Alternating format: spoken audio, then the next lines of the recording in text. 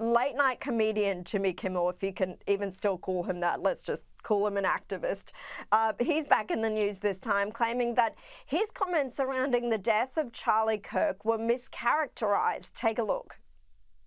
I didn't think there was a big problem. I just saw it as distortion on the part of some of the right-wing media networks, and I aimed to correct it. The important thing to me was that I was able to explain what I was saying, what I was trying to say. Because you felt like your initial comments had been mischaracterized. I didn't feel like it was. They were. It was intentionally and I think maliciously mischaracterized. See, Brianna, it's everyone else's fault for not understanding what he was saying there. Yeah, and what he said wasn't even hard to understand. He tried to claim that the Charlie Kirk assassin was a MAGA or Republican.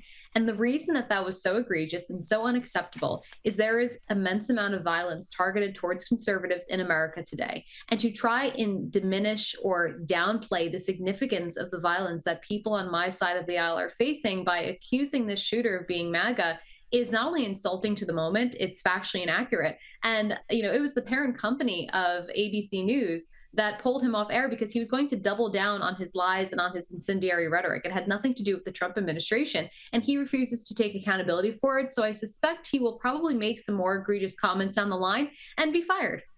Well, maybe that's not such a bad thing. I know the left is crying about cancel culture. All of a sudden they care about it, but he makes his bed.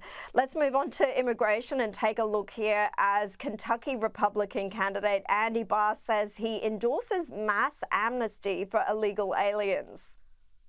What we need in immigration reform is bipartisan. We need a bipartisan solution on DACA. We do need to fix that situation for young people who are undocumented, who were brought to this country no fault of their own. We did provide in the bill that I voted for in the Republican Congress, a legalization of that group that provided protection from deportation. Brianna, maybe Barr should be running as the Democratic candidate instead. Yeah, I couldn't say it any better myself. His position is wholly disqualifying if you want to run as a Republican today.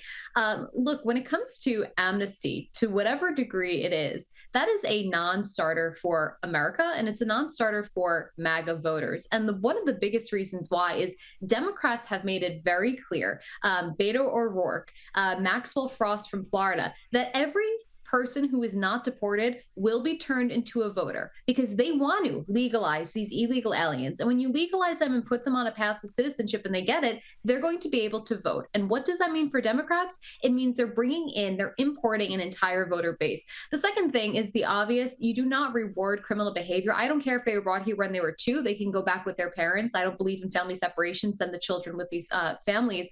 America is not an economic opportunity zone, and our immigration policy should be created to benefit the American citizen, not foreigners.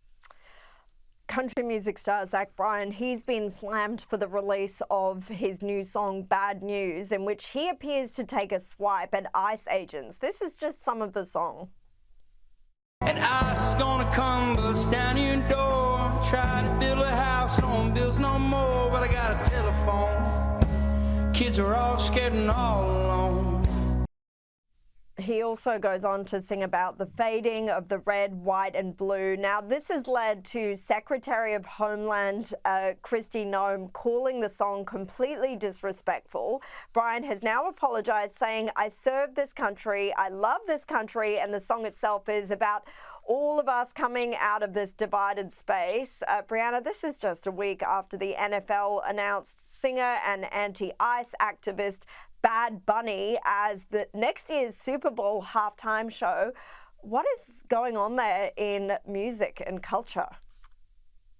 I really wish I knew, and I think Zach Bryan should keep politics out of his music because, 1, Republicans also listen to country music, but 2, and more importantly, what ICE agents are doing by enforcing longstanding federal immigration law is they're restoring our sovereignty. President Trump has shut the border down, but our border extends past the physical, geographical boundaries surrounding the United States. It's also about laws pertaining to the border, i.e. people who cross the border illegally, whether they did it last year or 2 years ago, still have to be held accountable. And President Trump is trying to make that happen. So to see public pushback the way we're seeing it, to see violent rioters the way we're seeing it, is really upsetting, because we are trying to restore our sovereignty and send the message that no one is above the law, including the illegal aliens who hop the border. Brianna Lyman, thanks for joining me.